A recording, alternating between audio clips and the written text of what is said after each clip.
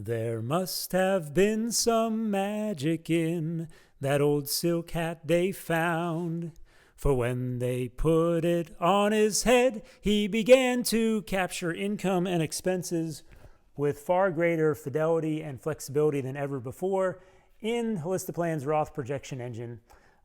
If you're not familiar with the Roth projection engine, we have a projection engine within Holistiplan. A lot of other softwares have that. Ours is the only projection engine that lets you project out many years, the benefits or drawbacks of a Roth conversion. It's the only one with Holistiplan's tax engine running underneath it. All right, we added something new though. Okay, so one of the things that's almost like the most popular requested feature is the ability to go a little more granular with capturing and modeling expenses and income. So I'm going to show you that now. So right now, what we had was the ability to say, we had distinct types of income you could put in: wages, Social Security, pension, annuity.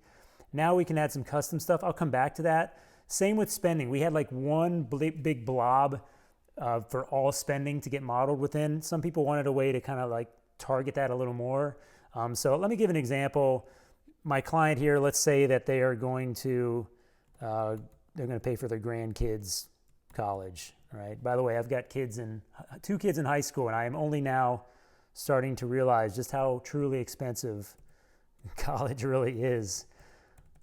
It had not really fully hit home for me until recently. All right, what I'm doing, we're using the same projection shape system that we used throughout the projection engine, where basically you'll put in an amount, and then Holistiplan will consider that to be the amount you want to continue happening year after year until you give it some other amount. So here I'm saying $100,000 index for inflation. So current dollars, 100,000, index it for inflation. So whatever date in the future, I'm going to inflate it at 2%. Then when I turn 85, or this client turns 85, it goes back down to zero. All right. So I can apply that. What I'll see on screen is what that looks like. Now, if I had other grandkids and I wanted to model multiple years, I could draw that all out in here. But here I've just modeled an expense that sits on top of a special expense that sits on top of what I had in here as my $240,000 per year, just baseline spending assumption. Okay, so we did the same thing on the income side. So I'm going to add some custom incomes, including, I guess, there's income that's not even taxable. All right, so let's do one real quick. Let's show like an inheritance, right? Inheritance, it's not really income, but it's money coming into the portfolio. I'm going to say it's an inheritance. I'm going to say it's tax-free. And then I'm going to say that I'm going to earn that at age, I don't know, when was I paying for college? 85? Let's get the inheritance at 75. I don't remember. And then let's say I'm going to get $350,000.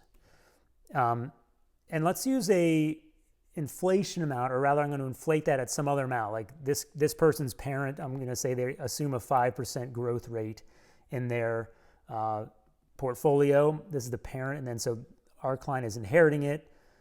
I made a mistake. If I didn't put another row on this, it's going to assume I'm making $350,000 per year. That's not what it is. So at age 76, I don't get another inheritance, so that goes back down to zero. Let's take a look at what that looks like. So there we go. One spike. I get one spike of, in future dollars, $570,000, and that's it. And it won't be treated as taxable because I marked it as tax-free. Okay, so let's close that out. There we go. Now I'm starting to build out more stuff in my projection.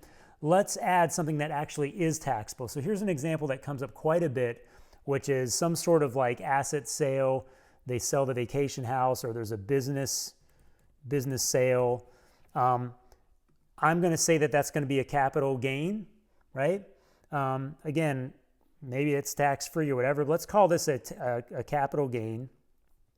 You notice I could put ordinary income in there. So if I wanted to capture some other type of ordinary income that's different from the wages that I already have in here, I can do that.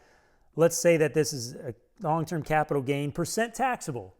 So I'm going to say that, I don't know, I had 50% basis. So only half of this thing is going to be taxable when it comes time to sell this thing.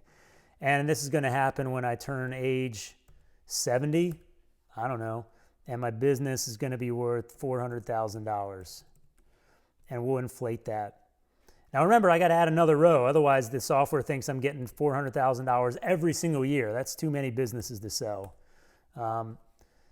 There we go. So then here I modeled this as $400,000. In the future dollars, it's going to show up as $441,000 of income. That's going to get modeled in the system as a capital gain, and it's going to be half of that that's modeled as a long-term capital gain.